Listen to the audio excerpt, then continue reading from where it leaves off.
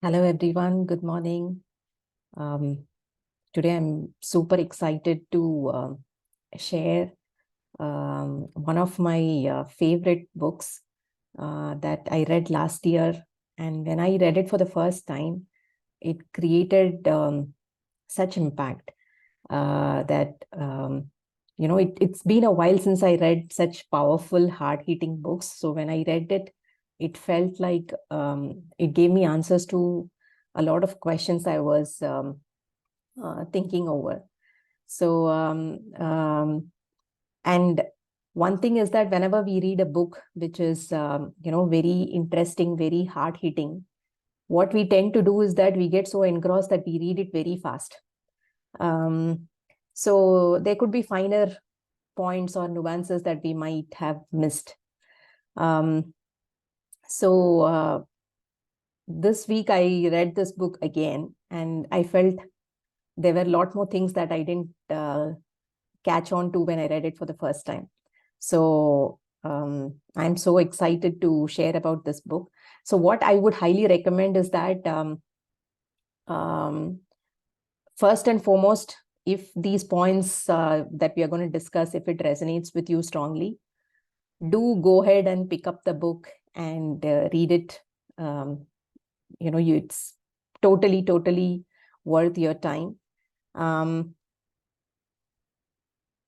If not, what I would suggest is that make notes of the points that we are going to discuss and think over those points, because I felt the way certain points were conveyed, if you ponder more about it, you would be able to appreciate how much it applies to our daily lives. Let me share my screen.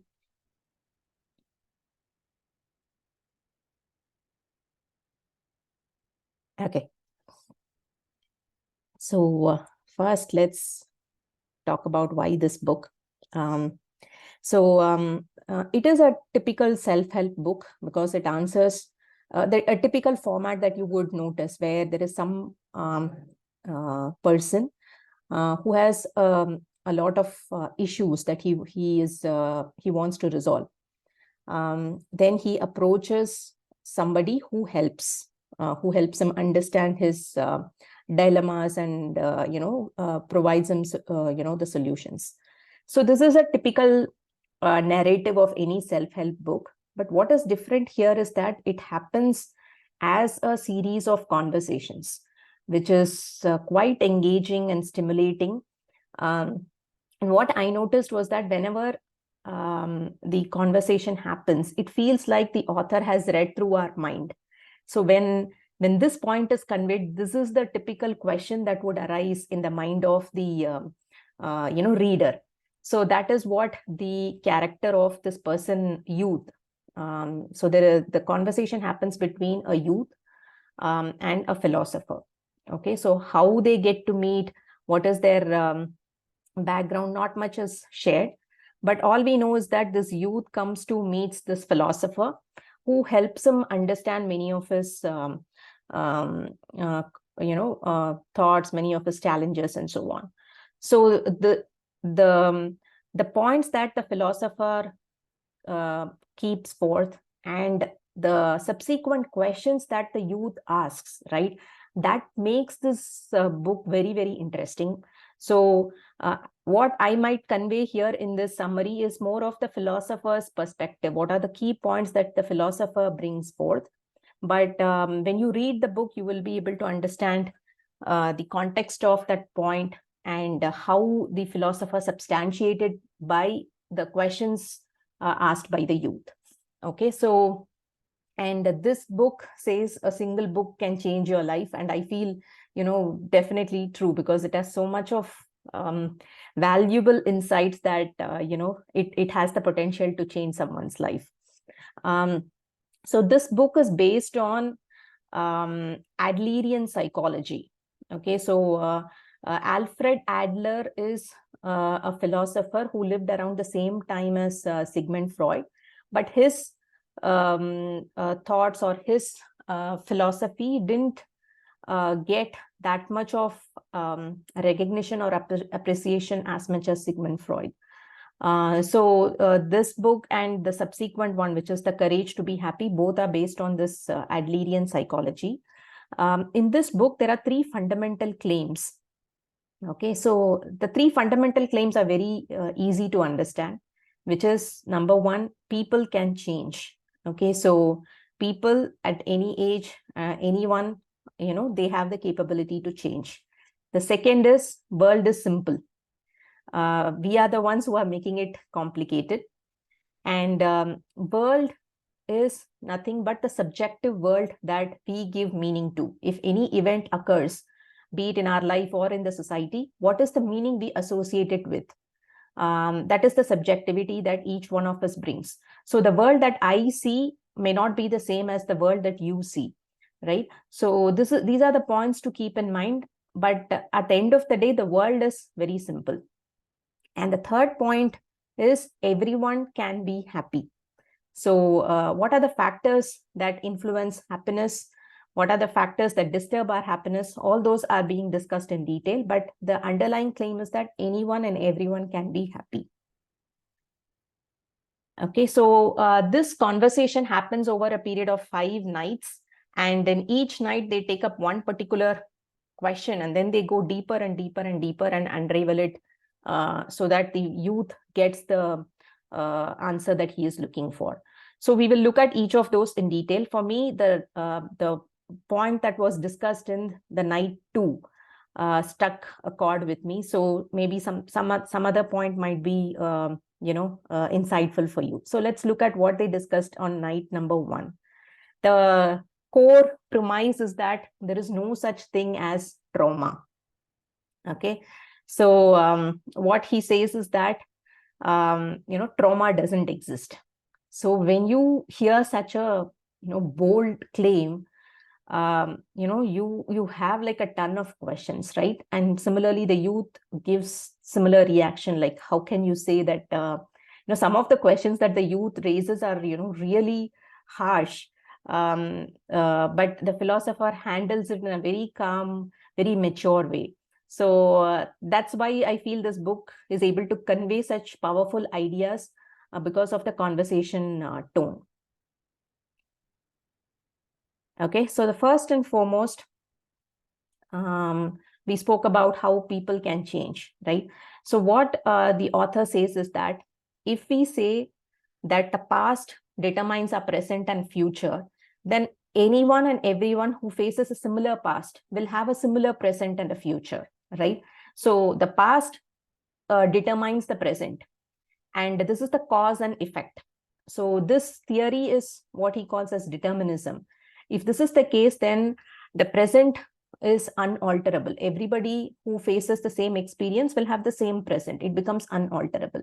Whereas in the case of Adlerian psychology, what Alfred Adler says is that the past doesn't matter.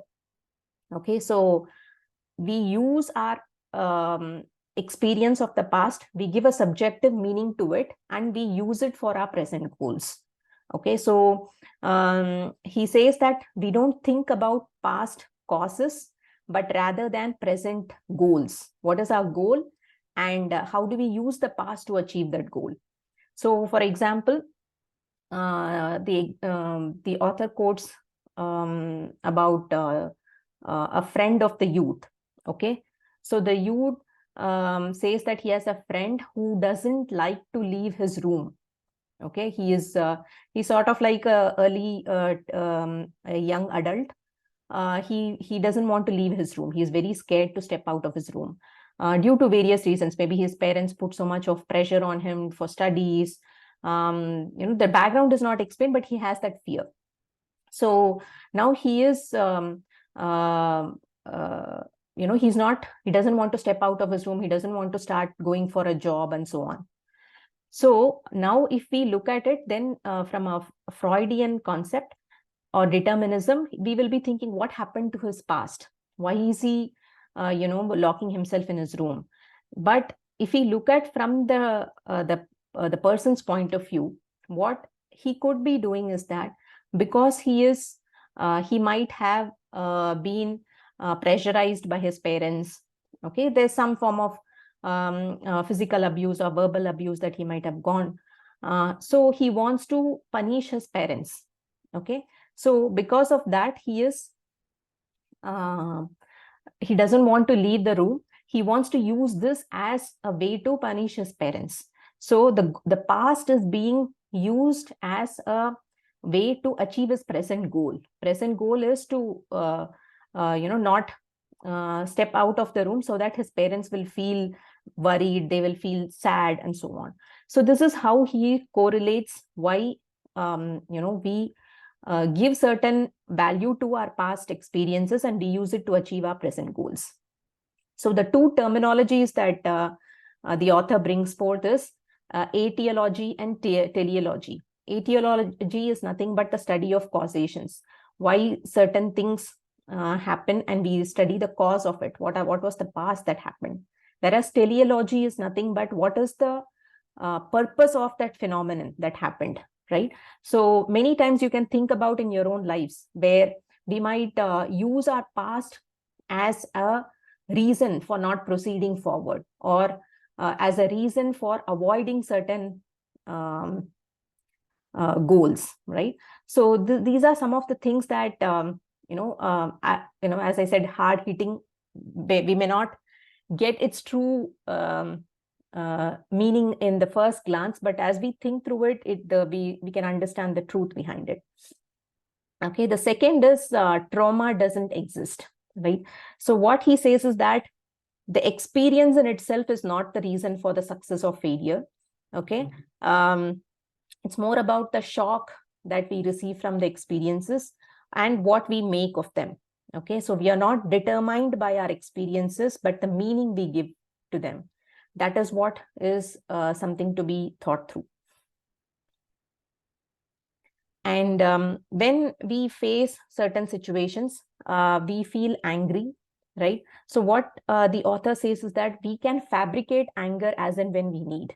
So anger is nothing but a tool. It can be taken out and used as and when we need it. And we use anger as a means to achieve a goal. Okay. Sometimes we use it to assert our opinions. We are trying to tell someone something, but that person is not willing to listen. Then we use anger as a way to raise our voice, to make ourselves sound asserting, right? So, for example, the author says that, let's say there is a fight between two people that is going on in the house. Okay. They both are fighting, yelling at each other, and so on. And then suddenly a phone call arrives. Then immediately one of the person is able to, talk calmly, answer the call, keep the phone down, and then again continue the fight. So which means that anger is nothing but a tool, right? You can use it to your convenience. And that is why the author says we are able to fabricate anger as and when we need. So, and then he goes on to say that anger is one such emotion. There are various such emotions. Though as humans, we have emotions, but it is up to us to make sure that we don't let it control us. Okay. So the first step to change is knowing that I am facing this emotion and I'm not going to let it control me. So this is the first step in understanding how we process our emotions. He then goes on to talking about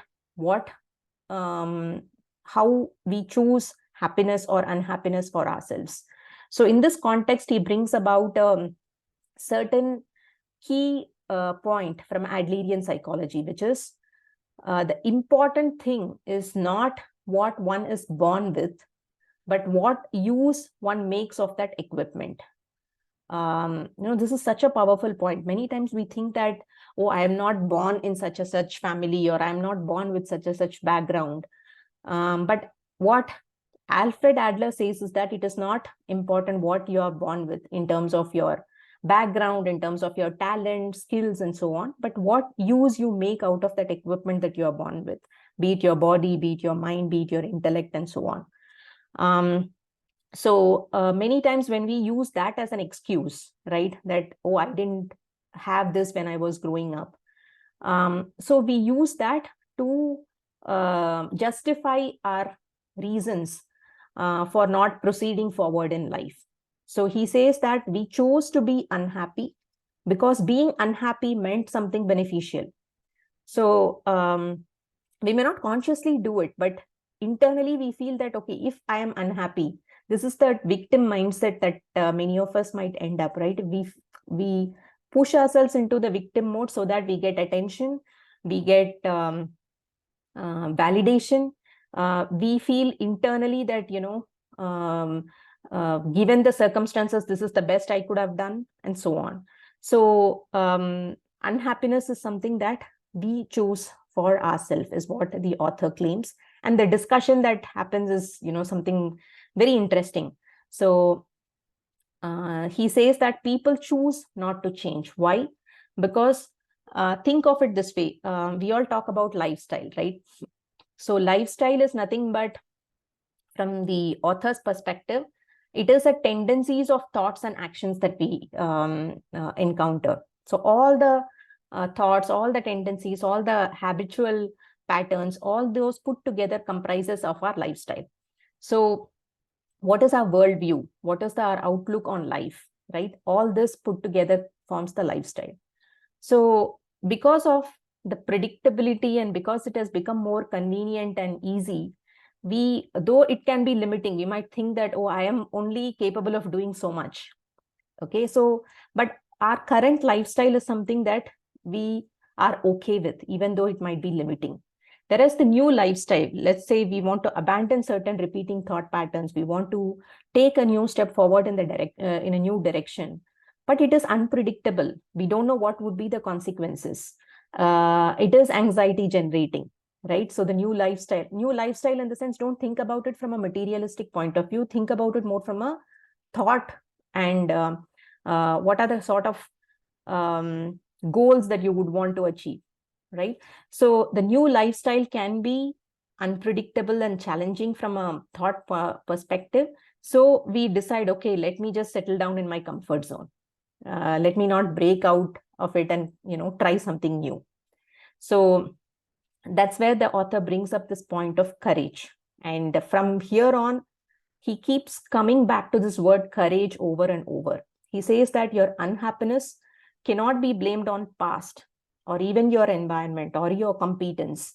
It is only because you lack courage to take the step forward and move or even consider a different lifestyle.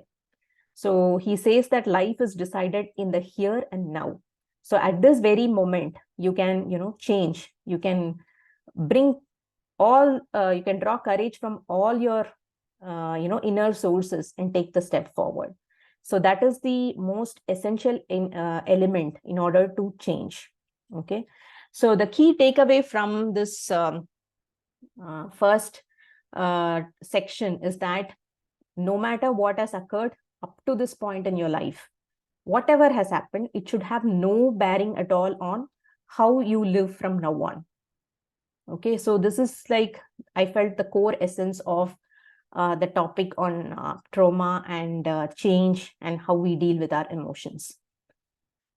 Moving on to the second section, on the second night that they talk about, this, the claim that the philosopher makes is that all problems are interpersonal relationship problems.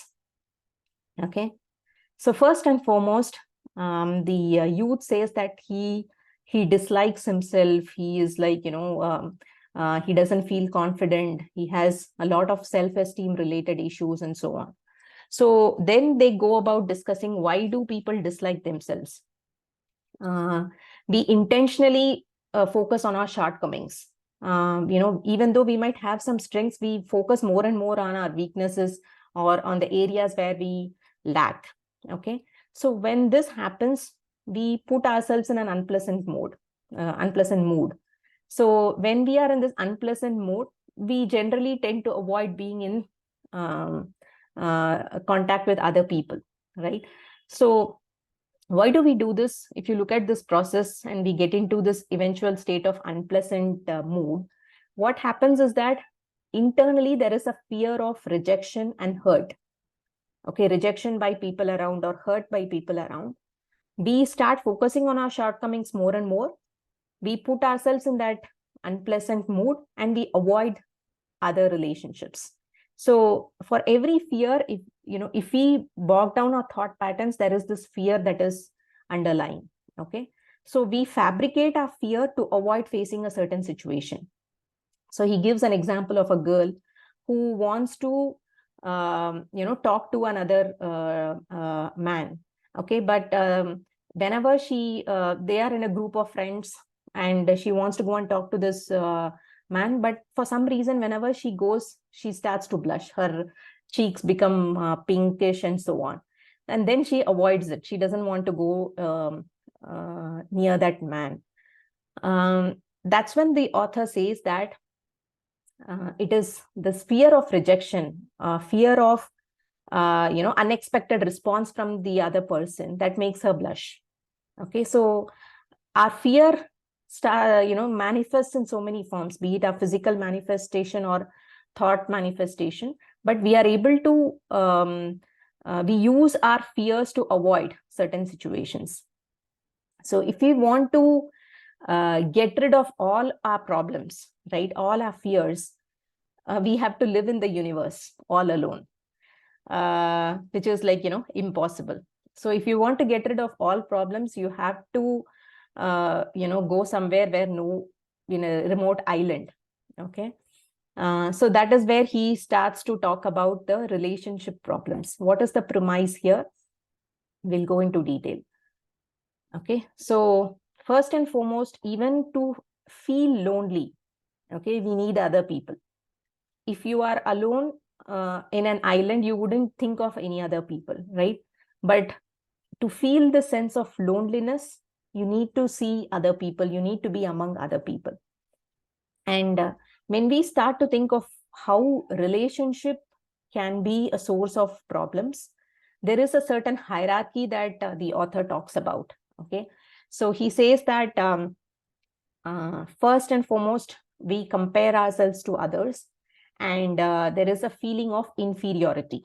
Okay, what is this inferiority feeling? We judge ourselves, okay, based on certain values that we have set for ourselves. We start to feel inferior. There is some sort of lack. Okay, so some people might think, oh, I am so short.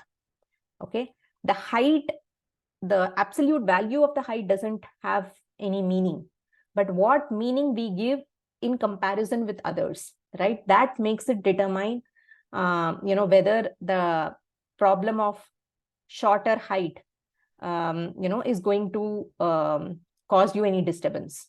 Okay, so that's why this inferiority feeling is more subjective, and it happens due to comparing oneself to others. Okay, so the good thing about the subjective interpretation is that we can control it. We have the choice. Okay, so we can decide what is the meaning that we want to give to it. Okay, so the first feeling that we have is feeling of inferiority. Okay, it starts off at a very slightly small level. We start comparing with others, or due to certain values we associate with certain qualities, we start to feel inferior. Now, from here on, you can take two paths. Okay, one of the two paths. The first one is you can choose a path of pursuit of superiority. What is pursuit of superiority? Okay, now I know that this is the value I have given to this particular characteristic, and now I need to improve myself. So this feeling of inferiority can be a trigger for self-growth. Okay, so it is a healthy striving and growth. So you use that feeling to push yourself in a positive direction. So this is one way of approaching the feeling of inferiority.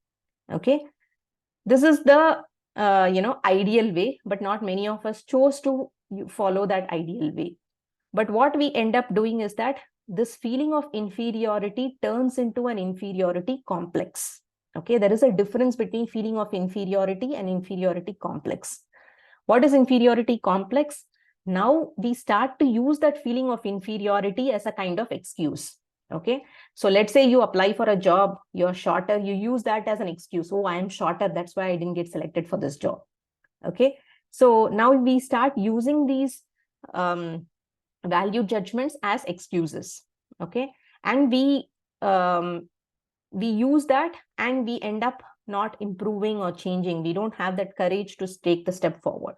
So this inferiority complex keeps building more and more. Okay. And then after a certain stage, this inferiority complex turns into a superiority complex. Okay. Which is quite interesting. When I read this for the first time, I felt like, wow, I never thought of it this way. So what happens is that we start to fabricate feelings of superiority. Okay. So now we say that, oh, I know this person, I know this authority, I buy these brands, okay, to say that I'm superior. So these are ways by which we fabricate feelings of superiority by associating ourselves with powerful people or with popular brands, or we start boasting about the past successes that might have happened like decades back.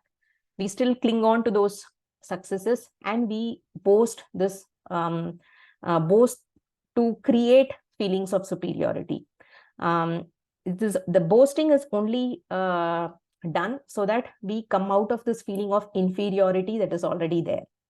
Okay, so this is like how inferiority complex can lead to a superiority complex, which is something quite a contradictory way of thinking, but it makes a lot of sense. The other way to think about how one builds a superiority complex is that they brag about their own misfortune. Okay, it could be that the suffering. This is something that has become even more prominent in today's social media culture, where people use their misfortune to make them portray as something very special. Okay, they declare their suffering. They use that as a means to manipulate others. Okay, so these are some of the things that how feelings of inferiority can lead to a path where we don't pursue healthy striving or have the courage, but rather we use that as an excuse to cement our inferiority complex, and then we move towards manipulating others through a falsely made superiority complex. Okay, so this is how we start creating more and more relationship problems. There are other aspects to it as well, where we all know about competition mindset, right? So when we talk about pursuit of superiority, we spoke about how we have feelings of inferiority, and then we move towards pursuit of superiority, right? Which is the healthy striving. But when we are in this path, we need to keep moving forward without comparing with anyone, without competing with anyone. That is very, very important. When we become conscious of competition, victory, defeat, that is when this feelings of inferiority will become even more and more. Okay, so when we approach this world with competitiveness, what happens is that we think of everybody else around us as rivals or enemies to be defeated. Okay, and what this leads is that we are always on guard. We are not able to trust anyone. We don't know what is the intention of the other person. It also leads to a state where we become even more conscious of our self-image. What would others think of me? Am I looking good? Am I presenting myself good? All those other things start to trouble our mind, right? So if there is no competition, if you think that I'm not competing with anyone, everyone else becomes our comrades. They are supporting us, right? Everybody can be helping each other, right? So then we start to think of this world as not as something that we need to be on our guard all the time, but where we feel it is a safe and pleasant place. Okay, we feel more comfortable to approach anyone for help. Okay, the other thing is that once we approach the world with no competition, we are able to celebrate other people's happiness. Remember, we spoke about this thing called mudita in the Maharishi Patanjali's Yoga Sutras. So this is the feeling that the author talks about here as well, where when there is no competition, we are able to celebrate other people's joys, other people's successes, and so on. So from a personal point of view, this is like so important for me, because while I was growing up, there was a lot. I always thought that I'm competing with everybody. So I would be very cautious about what is the intention of the other person, whether I should share my notes with someone, right? All these now sound very silly to me, but during school days or college days, I would feel very threatened, because I considered everybody as competition and I need to beat them in order to succeed in life. But when that perspective changed, I feel more calm, more peaceful, more trusting of others. So, and when the same point, when I read in this book, I felt very happy that I experienced this firsthand, this transition from competitiveness where we treat everybody as rivals, to a state where we treat everybody as comrades, or people with whom we can easily collaborate with. So the other aspect of interpersonal relationship is the power struggle. Okay, so we already spoke about anger, how we can fabricate anger as and when we need, right? There is when we think about emotions, we can also think about what is the hidden goal. Okay, why this person is angry towards me? What is the hidden goal? So one example the author gives is that a small child, he throws tantrum on purpose in order to get attention from parents, right? So this is the sort of the hidden goal that the child has. So that way we can understand what is the hidden goal of somebody showing an emotion to you. Okay, or it could be other way. What is the hidden goal of you in order to exhibit a certain emotion towards somebody else? Okay, so when that hidden goal is not achieved, we then go into a sort of revenge, or either retaliation, or we could also start engaging in certain problematic behavior. Okay, so this is something that the author talks about in more depth in the second book, but he just gave a prelude to it in this book, where he talks about the role of power struggle in any relationship. Okay, it is not just between a child and a parent. We do this sort of power struggle in every relationship we encounter. So whenever there is a power struggle, the author says that, don't allow yourself to indulge in it. Okay, step out of it. And he says anger is just one form of communication. There are various other ways by which you can communicate your thoughts, by which you can assert yourself. You don't necessarily have to use anger in every possible scenario. And many times we think that if we admit our mistakes, if we say sorry, if we step down from the power struggles, we consider ourselves as, defeated, or we consider ourselves succumbing to the situation, or being on subpar in that relationship. The author says not at all. Please don't consider those as defeat. Admitting mistakes, stepping out of the power struggle, choosing your battles, these are all things that you need to consider, and not think of it as a defeat. Okay, then finally he moves on to main reason why there are interpersonal relationship problems. This he calls it as the life tasks. Okay, so in Adlerian psychology, there are two objectives for our behavior. One is to be self-reliant. The second is to live in harmony with the society. Okay, these are the two objectives that are essential for our life. And for these two objectives to be supporting, we need these two attitudes. One is consciousness that I have that ability. The second is consciousness that people are my comrades. Okay, so these 4 points are like the core essence of Adlerian psychology. So in order to achieve these objectives, we need to consider our life tasks into these 3 categories: tasks of work, tasks of friendship, and tasks of love. Okay, so any task that you do, it would fall under these 3 categories. Okay, so many times what we do is that we tell ourselves these life lies, where we say that we want to avoid these life tasks. We either shift the responsibility to others, we find fault, we blame the environment, we blame other people in order to avoid these core life tasks. Okay, it is not because we are like, evil, or we have some malicious thoughts. It is only because we don't have courage. Okay, so it is a matter of courage. That is why we are avoiding our core life tasks. Okay, so if we want to change, okay, instead of waiting for other people to change or waiting for the situation to change, we need to take that first step forward. We need to have that courage to make the change in ourselves. Okay, and how this life tasks create interpersonal problems, we will talk about it in the subsequent chapter. So for now, just remember that it is these three tasks, okay, that we need to pursue, and we come up with all sort of excuses to avoid them.